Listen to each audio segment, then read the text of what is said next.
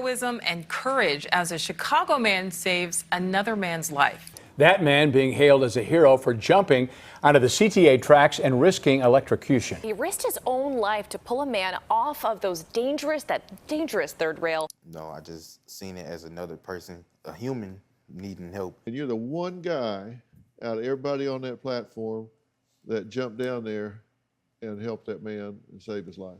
Right.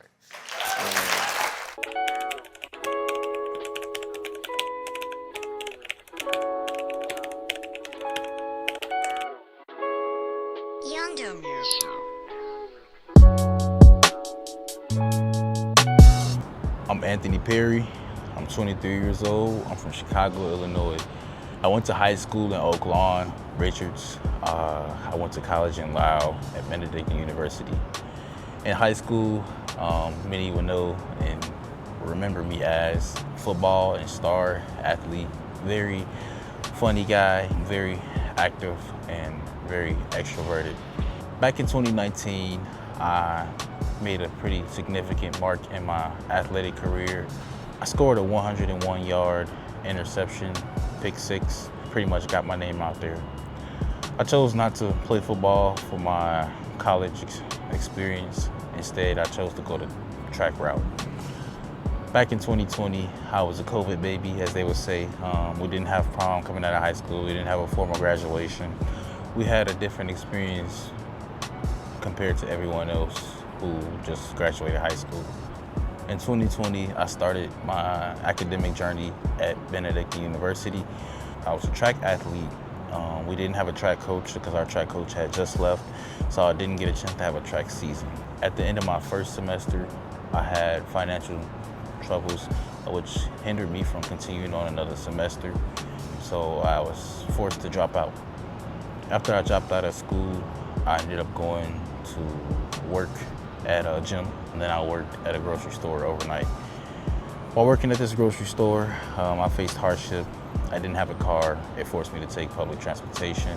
In the journey of having to take public transportation, I feel like it really opened my eyes and made me a lot more grateful for what I did have when I did have it. In the summer of 2022, June 5th, I was taking a TTA Red Line train back to my grandfather's residence, which is where I resided at the time. I was coming from my mom's house. As I just got off the train, I had encountered two guys getting ready to fight. They taking off their belongings. I'm trying to head up the stairs to go up to the platform to catch my bus to the house. As the fight began, the guys ended up on the train tracks. On the train tracks, there's the train tracks themselves, and then there's a third rail at the very end, which keeps the trains powered and keeps the trains going.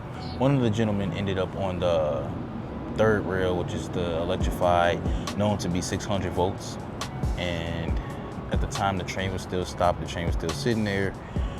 As the gentlemen are fighting, they're just punching each other. I'm still walking past to get ready to go up the stairs. I look over, the other guy who was fighting him just ran past me and he ran away. I looked down on the train tracks and I could see the other guy shaking lifelessly, being electrocuted on the third rail. I didn't hesitate much. I kind of like hopped over all of the tracks, not knowing which one was electrified at the time. I grabbed the gentleman by his arm to pull him to safety. At the time, I understand that electricity will be involved. I know if I touch the guy, I will be shocked. But at the moment, I was more so thinking, I want to help this guy. I don't want this man to die. So I took matters into my own hand and I grabbed the guy's arm. First attempt, I felt the shock go through my body, the jolt of electricity, which caused me to jolt back. Second time around, I tried to grab him again.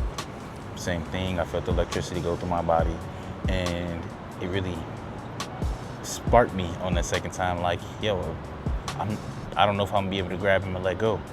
Because usually when you grab someone who's been electrocuted, you're not able to let go of that person. On the third time, I was able to grab the guy and pull him from the electricity and break the current, pull him to safety, put him on the outside of the third rail in between the median of the expressway. Now at the time, I get him off the third rail, I hear someone a female in specific. She has on like this nurse attire, and she's telling me, hey, do CPR on this guy, open his mouth so he can get air. I took her words, word for word. I opened his mouth so he can get air. I started chest compressions from what I remember back in high school, and the guy was still unconscious by the time EMS came, but from the update I got from his family, he is alive. I get a follow-up from the family, and they're giving me great thanks, and they just let me know that they're grateful for the encounter. I'm gonna go back and talk about some things regarding high school. At the time, I was not the most athletic, I wasn't the strongest, I wasn't the fastest, but I trained. And I let God know that I trust him with my future endeavors, and I really took that upon myself to make sure that I end up better than I started. I took my sports serious in the aspect of getting me a trip into college because I knew I wouldn't be able to afford it due to my parents having financial troubles themselves. So I took that as a route to go to college. My track athleticism, and I was offered to go to a private school, which is why I went to Benedictine.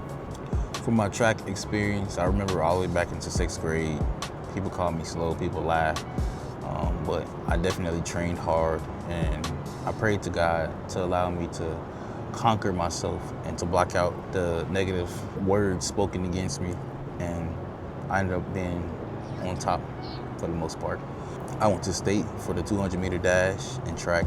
I ran some pretty good times in my junior year of high school. Unfortunately, my senior year, we didn't have a senior year for track, but we did have a football season, so that was good. I ended up with that year with the Bobby Bowden Award, the Missile Hustle Award, Heisman Trophy, and I got plated on the wall of the Hall of Fame at my school. Right now, I'm currently serving as a public safety officer at a hospital. I chose this career because I like to help people. In specific, I like to do what's right. If someone is doing wrong, I like to offer that person correction in the aspect of love, though. I'm not gonna do it out of a way where it's like someone thinks I'm hating them or they thinking I'm out to get them. But I understand the aspect of there are other people out there who they don't have the same experience that you have. They don't have the same fortune that you have growing up. Some people are without parents. Some people don't know how to act. Growing up as a kid, I seen officers kill people, specifically like black people, and there were movements going around. And it made me want to make a change. It made me want to become the person who was in that officer uniform to not only put those who do wrong in jail, but offer mentorship, offer an aid in ways I can. I understand what it's like to not have hot water and not have lights on in the house. But if I can take my career up into the level that I would like to, which is a police officer, but someday maybe even a detective, I know for sure I like the public safety role, just making sure everyone is safe. Safety is security. So I chose that role specifically because I like to help people, and I love people as a whole. I went to college to study sociology, social work, because I want to get to know people more. After I saved a guy on the CCA train tracks, it inspired me to join fire rescue. I like to help people, but the thought went in my head after people spoke to me after seeing the video, and they were like, hey, I think you should become a firefighter. Hey, I think you should be EMS. I'm like, it's not really something I was thinking about over the years, but as I gave it more thought, and after saving the guy, after the whole incident, it made me, and it truly inspired me to become that, a first responder. I didn't think I had it in me until I spent some time giving it some thought, went on with the same mindset that I had in high school. If God is with me, I can do it. And if God is for me, who can be against me? I started my career in EMS. I became an emergency medical technician, that's known as an EMT. Did that for about a year and 8 months. I then became an on-site medical rep, known as an OMR. That job alone put me in a position where I was the only one offering assistance to people, and I was given the opportunity to serve others, and instead of telling others what to do, I want to say I was able to put myself in a lot of people's shoes. You learn that all humans have hardship, and we got to be able to love each other through it. We have to be able to take care of one another and look at each other as human beings. I was well motivated after the CTA train track incident. We shouldn't all sit around and record things when someone is in danger or someone needs help. Who can be the one in a million to help that person who needs help? You don't necessarily have to jump into a burning building or save someone from getting shot, but it goes as simple as helping someone with a flat tire or helping someone jump their car. You know their car needs to be jumped. Just a simple act of love. The golden rule of treating others the way you want to be treated. Right now, as I start the public safety role, I hope that I can inspire many, help many, and not only in the aspect of the physical, but also the mental and spiritual. God plays a very significant role in my life. I would say my mom taking us to church as a youngin' definitely shaped me into the way I am today. I like to help people. I love people. I don't want to take revenge on the one who does me wrong, but instead I'll turn to them also the other cheek. You slap me on this side here, here's my other cheek. You take my clothes off here, have my shirt too. The aspect of serving others and not putting yourself first goes a long way. You never know what someone is going through. You never know what is going on in someone's life where they might need you to show them that act of love, and it might throw them into confusion. You have to understand also, which is what I understand, that there are spirits working through people. You either have the Holy Spirit or you have the evil spirit working in you. And you don't want to play the battle of wrestling flesh and blood because there's spiritual warfare going on. And I think that's been a big run in my life as well. Some goals I have in the future for sure is to get a lot more people connected to God, because that's what I know with 100% faith, that is what truly matters at the end of our lives.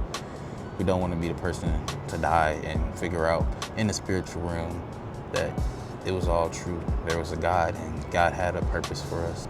In Matthew chapter 7, verse 21 to 23, it says, "Many will say to me on that day, Lord, Lord, do we not prophesy in your name? Do we not cast out demons in your name? Do we not do mighty works in your name? Then I would tell you plainly, depart from me, you evildoers. I don't know you." It's very important to make sure we are aligning ourselves to being the ones who are doing the will of the Father who is in heaven. We have to go understand and seek what that will of God is. In life, there are many worries, and I had many worries before my life pretty much changed, I would say for the good. And not so much for the physical aspect of me having material or a job and a roof over my head, which I'm completely grateful for those things, but if my mental and my spirituality wasn't correct, then nothing else would align. I want to go back to Matthew chapter 6, verses 25 to 34. To sum it all up, Jesus speaks about not worrying. Not worrying because God knows that for the things that we cannot change, only God can change. Worrying does nothing for us. It's our job, and it should be our job, to make sure that we're seeking out God and seeking out His righteousness, seeking out His kingdom, putting those things first. That's the aspect of putting God first, and then all the other things will line up. We cannot add another hour to our lives by worrying. So I learned to not worry, trust God, and pray when I get anxious. Seek out God, and He aligns everything for us. I want to wrap this interview up by saying big thanks to my boy, Paul Z. I wish the best for you, Paul. Man, he's always been a great friend to me since high school. Very much of a leader. You never led me in the wrong path, and I know God put you in my life for a reason, man. And your future career, man, I wish you the best.